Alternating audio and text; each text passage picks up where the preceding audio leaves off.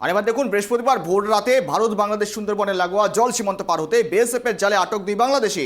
তাদের নাম মোহাম্মদ সুরমান হোসেন গাজী এবং আজিজুল ইসলাম।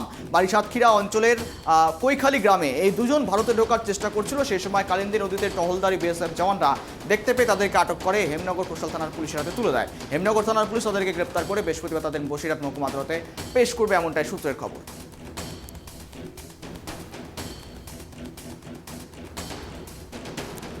ফের বাংলাদেশি আটক করলো বিএসএফ দুজন, অর্থাৎ ভারতীয় বিএসএফের হাতে আটক দুই।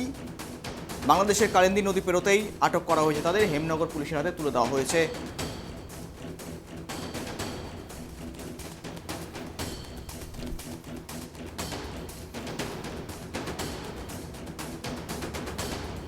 বৃহস্পতিবার তাদের বসিরহাট মহকুমা আদালতে পেশ করবে বলেই জানা গিয়েছে। ফের বাংলাদেশি আটক করলো বিএসএফ দুজন, অর্থাৎ আবারও বিএসএফের জালে দুই বাংলাদেশি অবৈধভাবে অনুপ্রবেশ করার চেষ্টা করছিলেন তারা, এবং সেখানে জলপথ দিয়ে ভারতে ঢোকার চেষ্টা, এবং সেখানেই আটক করা হয় এবং বিএসএফের নজরে আসতেই আটক করা হয় দুই বাংলাদেশিকে। হেমনগর থানার পুলিশের হাতে তুলে দেওয়া হয়েছে আটক দুইজনকে। এরপর তদন্ত শুরু করেছে হেমনগর থানার পুলিশ।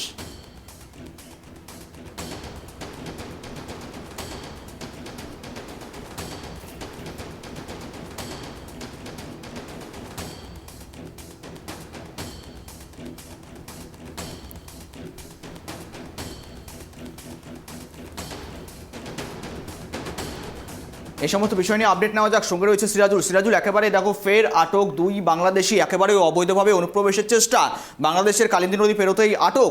বর্তমান আপডেট কি রয়েছে?